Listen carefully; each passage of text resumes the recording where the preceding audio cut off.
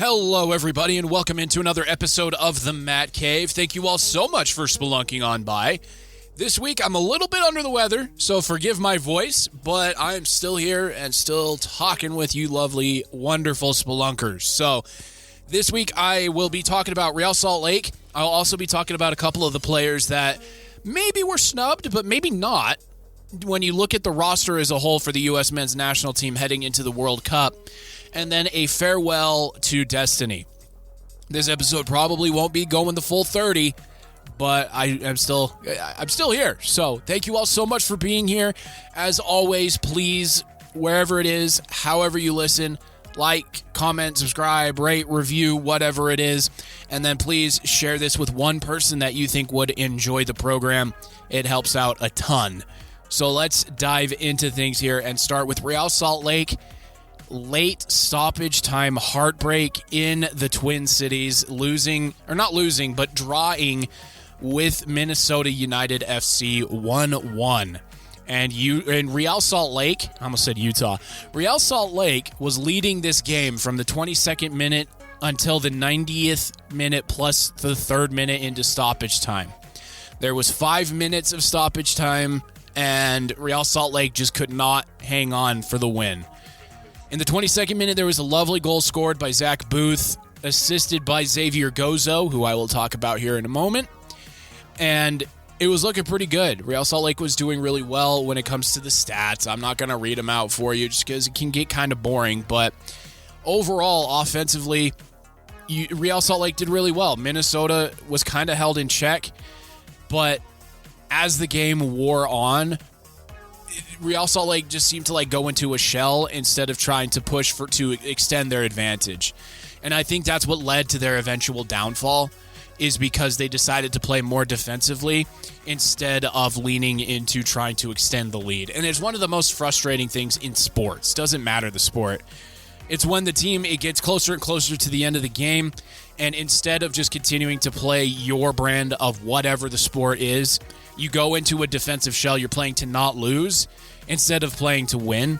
And that kind of mindset just really bothers me, because what got you to that point was playing well. It was playing aggressively. It was playing to score. It was playing to win. And then as it goes along, and this does speak to the age of Real Salt Lake, just the overall, experience level, they decided to kind of park the bus and hope and bend but don't break. And they broke at the last possible minute. And it's really frustrating when you see that. Real Salt Lake is still 3rd in the Western Conference, which is wild to say. They've played 14 games as opposed to the 15 games played by the team that's immediately in front of them, San Jose, and the team that's right behind them, FC Dallas. So they are going into the World Cup break, which is now official as of the ending of the games this past weekend. And so going into that break, that 6-week break, sitting 3rd in the Western Conference is higher than anybody had them. Anybody, anywhere. Except for maybe the most delusional Real Salt Lake fan. Nobody had them this high in the league. They are actually right now tied for 4th in points in the entire league. That's Eastern and Western Conference teams together. That's crazy. Is it sustainable? It'll be interesting to see, because there are quite a few MLS players going to play in the World Cup from different clubs, just not Real Salt Lake. And so injuries will happen. It's just part of it.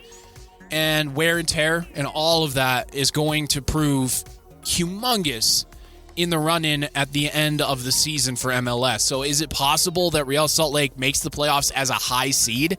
Yeah, it's definitely possible. But is it probable? I don't think so.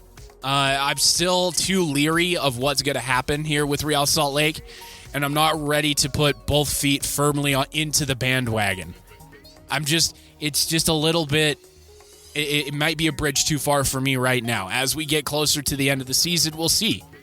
But their brand of soccer is more exciting than 90% of what MLS has to offer. And if you haven't had the opportunity to watch these games, I do not blame you. It's on Apple TV. Just another streaming service you're going to have to pay for, and it's very stupid. It should just be like every other sport out there, but whatever.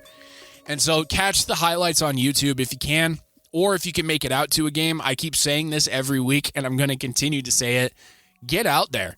It's really fun. The supporters are great. You get to experience something in MLS that is really unique from other leagues. It's because you get the fan bases of different countries melding together. So with Real Salt Lake, you get the Latin America fans with the drums and the chanting and the bells and all of that. You also get the European fans where you have the songs, like the song that Real Salt Lake sings at their games, the If You Believe. And so you get this great mixture, and then you have the passive American fans who don't really cheer until something happens. So it's a really awesome mixture of culture at these games, and it's just so much fun. So I do encourage you to go if you can make it to one of these games. And now that Lionel Messi is come and gone, the ticket shouldn't be overly expensive, and you should be able to get in. So Real Salt Lake could have had 3 points. They did still come away with 1, which is what you want. When you go on the road, you at least want to draw. You play for a win, and that's what they came away with. They are sitting at 8 wins, 2 draws, and 4 losses on the season for 26 points plus 7 goal differential. So really good stuff from this team, this very young team, and I'm very excited to see where they go here in the immediate future.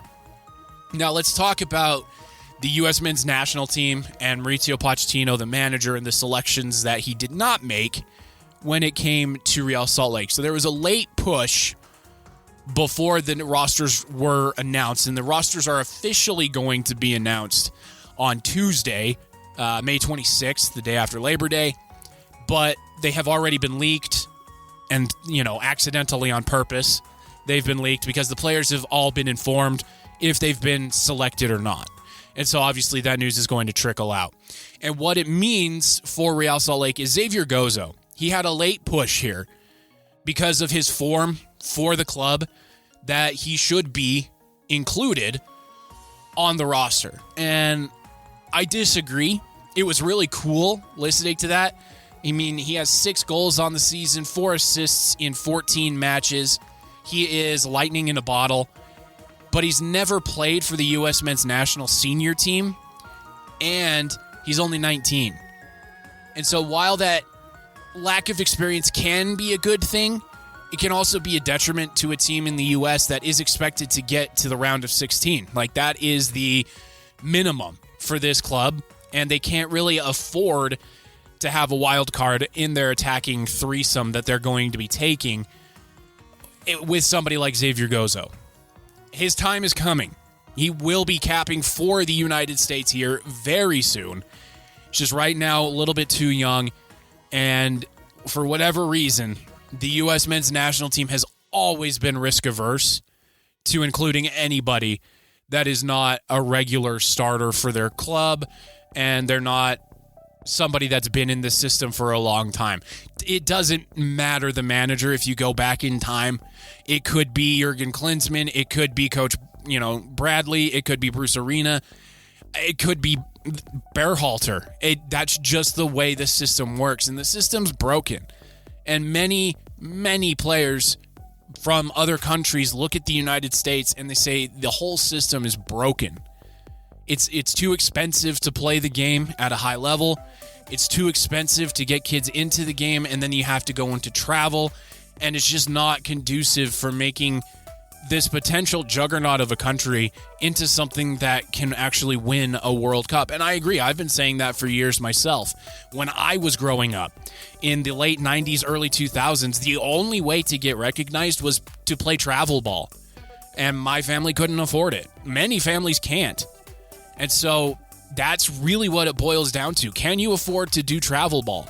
Can one of your parents give up what they're doing to travel with a young 8 to 10-year-old to go do this? And no, 95% of families cannot do that. So that's the problem with the U.S. men's national team, and it's one that's probably never going to get fixed. It's just not.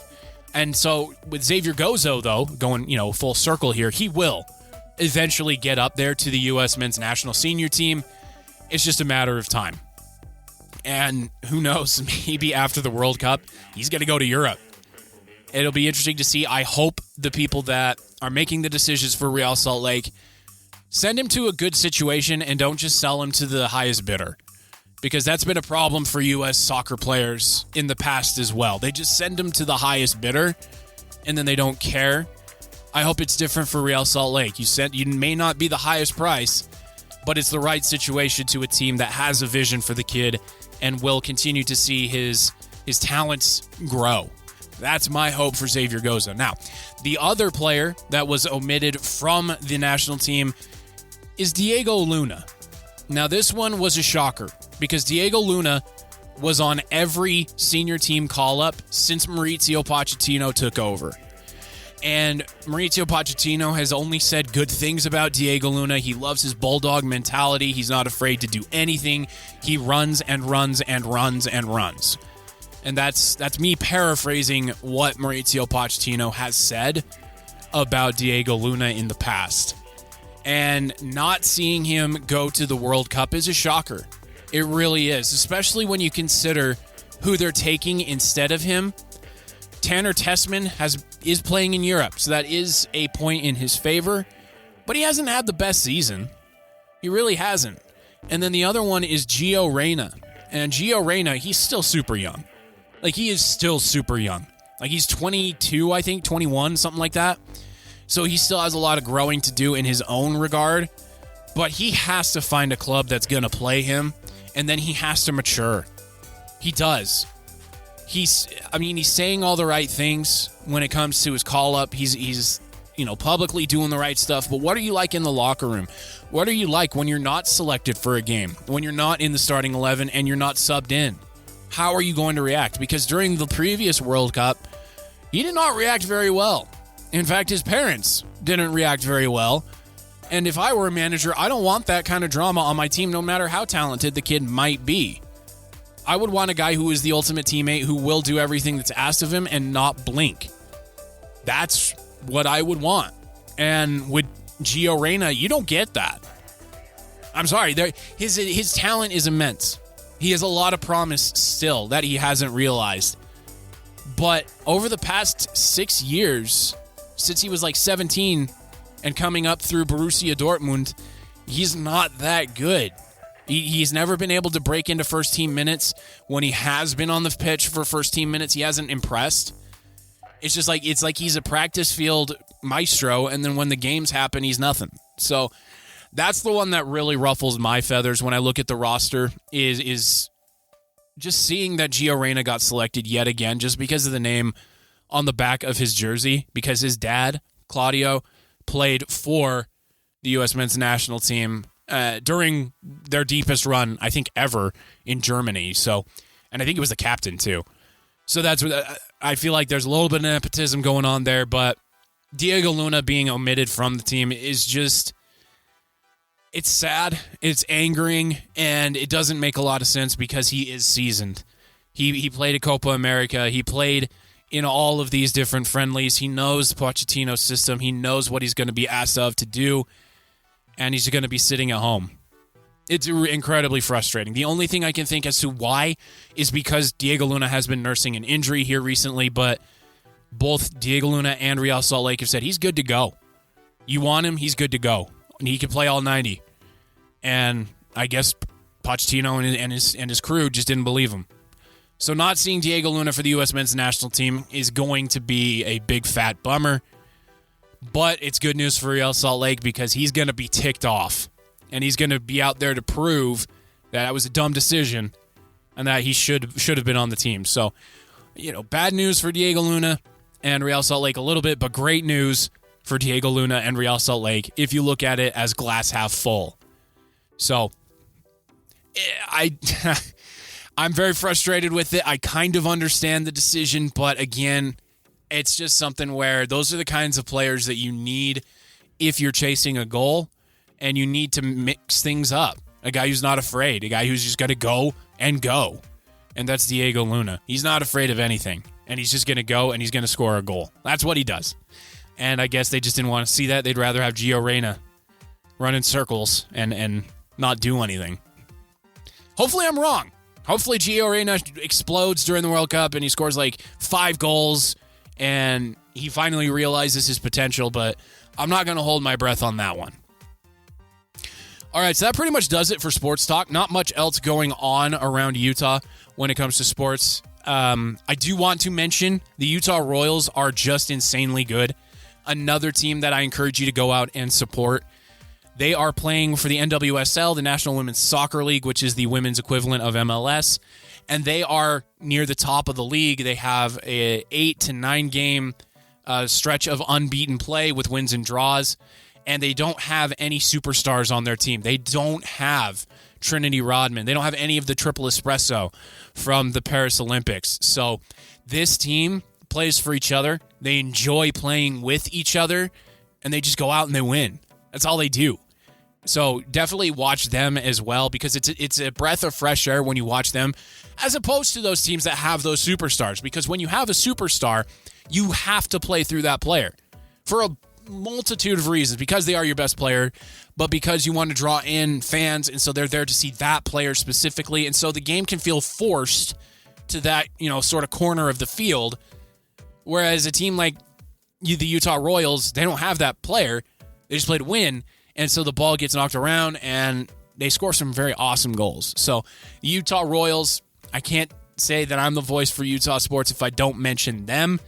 They're having an outstanding season, and they are reminding me of a time before where Utah used to have this team, and they had to sell them, and they went to Kansas City, of all places, and they were, at that time, one of the flagship teams in the NWSL, and now they're back to where they were, and it's really awesome to see. So, again, shout out to the Utah Royals. They are crushing it this year, and I hope they continue to do so.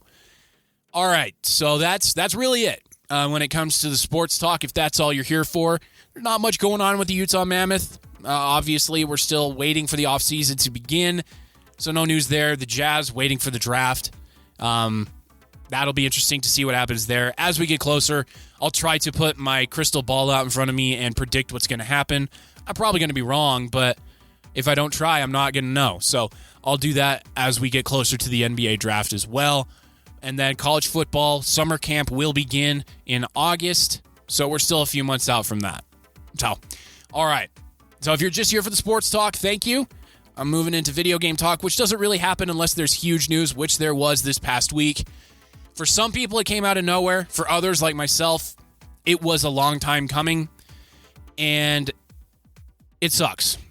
Destiny 2 announced on Friday of this past week that they are ending support for Destiny 2. Bungie is planning mass layoffs after June 6th, and there is no Destiny 3 in development. None.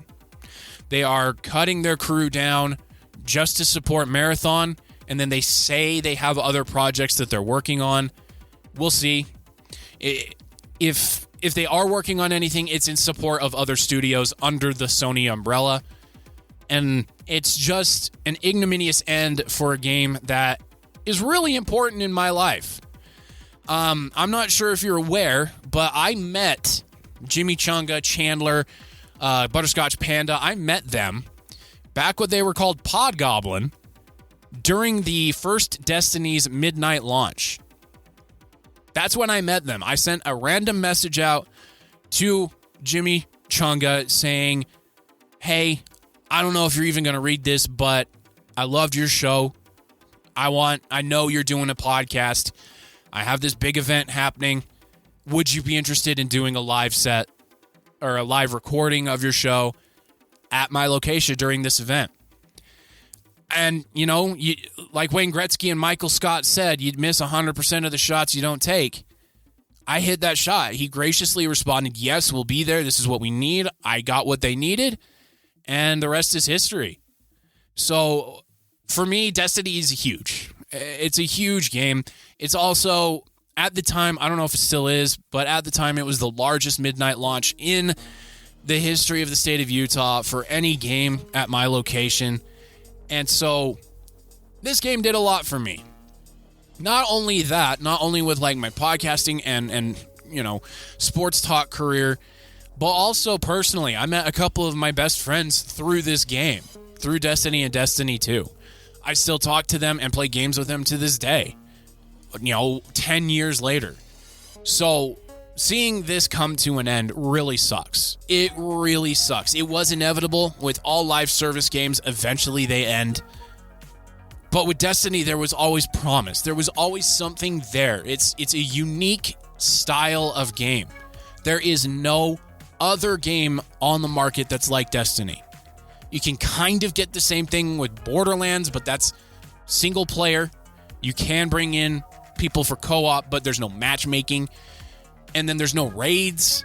And so there's no like extended dungeons that you do like you would in an MMORPG like World of Warcraft or Final Fantasy XIV. And then you have some of the best gunplay I think I've ever played in a video game. The way the guns feel, the way they shoot, the way it all interacts with the environment, and just the different styles of guns that you have. And then there's the 3 slots, the primary, secondary, and heavy. It was just, it's a game that it is among my top 3. If I could wipe my memory and go back and play this game for the first time again, this is one of the 3. World of Warcraft being the second one, and the third one being Pokemon. That is how high up Destiny is for me. And I will say I haven't played it since the Final Shape expansion. That was when I stopped. That was the ending I thought it deserved. We got closure with Cade 6. We got closure with a lot of people. And it just felt like they were forced to continue to support this game and put out new content when nobody really wanted it. And when you look at the biggest content creators for Destiny, like Dado, Aztecross, a lot of those guys, they didn't really like what was happening after the Final Shape as well. So it's a very sad end to a game that hundreds of thousands of people have played and loved. And with there being no plans for a Destiny 3, with most of the team being laid off, it makes me sad. It makes me sad in a way that I don't think I've ever experienced before, just because knowing there's nothing new coming out just in this universe. The Destiny saga is over. The Sol saga, they call it the Sol system, this is solar system of the sun, is over. It's done. And there's still so many loose ends that were just never tied up. The big bad of one of the enemies you face, we never faced them. Ever. It was always mentioned, it was always hinted to, but we never got there to fight them to kind of end that sort of story arc and that conflict. It's just something that, if I were a billionaire, if I were a rich man, this would be something I would fund happily and just be like, go pick everything up that you learned, remove everything people hated, and build the game that you wanted to build without time constraints and without me forcing you to monetize every nook and cranny of this game, and take it back to Destiny 1 and Destiny 2 and the most successful expansions that we had there, and go. That's what I would do if I was a billionaire. I would have them create this universe and create it on their timeline, and not force them into stupid deadlines, force them into monetization that just doesn't make sense, and crossovers that are stupid, and just make the game. I was hoping that when they first announced that it was ending, and that they were turning their attention to other projects, that we might get a surprise announcement at the Game Awards at the end of this year of Destiny 3. Maybe that can still happen, but I doubt it. Especially when Bungie isn't their own studio. They're owned by Sony. And so Sony is going to take them and put them on other projects. That's just what happens. And one thing that would make me happier than anything else is if Bungie did the same thing that they did to Microsoft and continue to develop Destiny just without them knowing, and then say, hey, we've got this game, we're going to release it. Do you want to be a part of it? Microsoft said no, they took them off of Halo, and Halo hasn't been the same since. And then they released Destiny, and then Destiny 2, and it's one of the best game series I've ever played. Some of the best characters that I love to death, like Zavala, Cade 6, just the Drifter. I mean, there's so many that I love from this game series. and we're just not going to get anything more. So the final sort of massive update that they're going to release is June 6th. I'm going to be hopping back into the game. The game is free to play, but there is content that is behind paywalls. So if you haven't kept up with it, which I haven't, there's a couple of expansions that I haven't bought and I can't buy because I'm unemployed. So I won't be able to touch those. But they are going to be making it so that a lot of the different things will be available to play. And you will be able to relive your past triumphs in the game. And I'm definitely going to be doing that. And one final thing I want to mention with Destiny is that I looked last night, May 23rd, at the player count of Destiny 2 versus Marathon, the other game that Bungie's making. Destiny 2 had 10,000 more players actively playing than Marathon did. It's just sad. Marathon did not kill Destiny. Bungie killed Destiny. I want to make that very clear. All of these Destiny fans that are going and review bombing Marathon and blaming it for the death of Destiny, nope, that's not the case. Bungie killed Destiny with a long series of missteps that were easily avoidable if they just didn't succumb to greed and short-sightedness. And that's what happened. So, for one final time, eyes up, Guardian. Thank you all for listening this week. Happy Memorial Day, and I will see you next week when we spelunk back into the Matt Cave.